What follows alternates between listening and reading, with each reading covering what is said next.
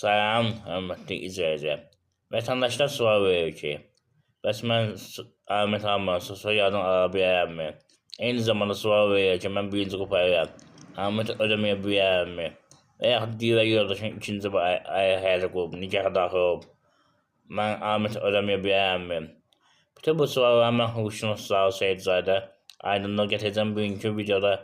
Həm hüquqşünas kimi öz fikrimi sizinlə bölüşəcəm, həm əl təşkilatının rəhbəri kimi, eyni zamanda əylə arabasında olan bir şəxs kimi öz təcrübəmi sizinlə bölüşəcəm.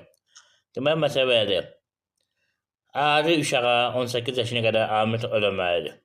Lakin burada bir məsələ var.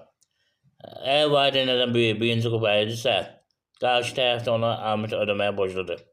Eyni zamanda uşağın 18 yaşından yuxarı yaşı varsa, birinci qrup əylidirsə, ona da Ahmet ödənməlidir.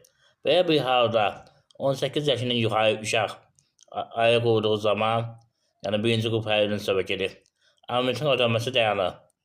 Eyni zamanda valideyn birinci qrup əylidirsə, ikinci də ailə həyatı qurubsa, Ahmetin ödənməsi dayanır. Nəzərə alın. Normal uşaqsa, erkən nikaha daxil olursa, o halda Ahmetin ödənməsi dayanır. Hörmətli izləyicilər, nəzərə alın. Bundan əlavə, əgər ana ikinci də ailə həyata qurubsa, ikinci həyat yoldaşı həmin uşağı evlatlığa götürübsə, o halda da Ahmetin ödəməsi dayanır. Dediyim kimi, birinci qrup qarşı tərəfdən Ahmet aldığına görə, qarşı tərəfdə birinci qrup əldən Ahmet istədiyinə görə, qarşılıqlı razılaşma əsasında, mediasiya sazişi əsasında hörmətli izləyicilər, yəni hər iki tərəf Ahmetin ödəməsini dayandıra bilər. Burada birinci qrup əli və qarşı tərəf aparıb sosial müdafiə nazirini göstərə bilər ki, mən sosial yardım almaq istəyirəm, qarşı tərəfdən Ahmet almıram. Bu yalnız birinci qrup əllərlə bağlanan sazişə aiddir.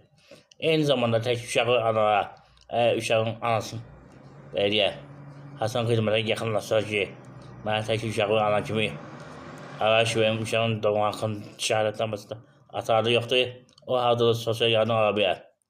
Eyni zamanda, əgər qarşı tərəf Ahmet ödəmirsə, məhkəmə icrasına yaxınlaşırsınız, icra proporsiya idarəsinə ondan arayış götürürsünüz ki, nəyə görə ödəmir.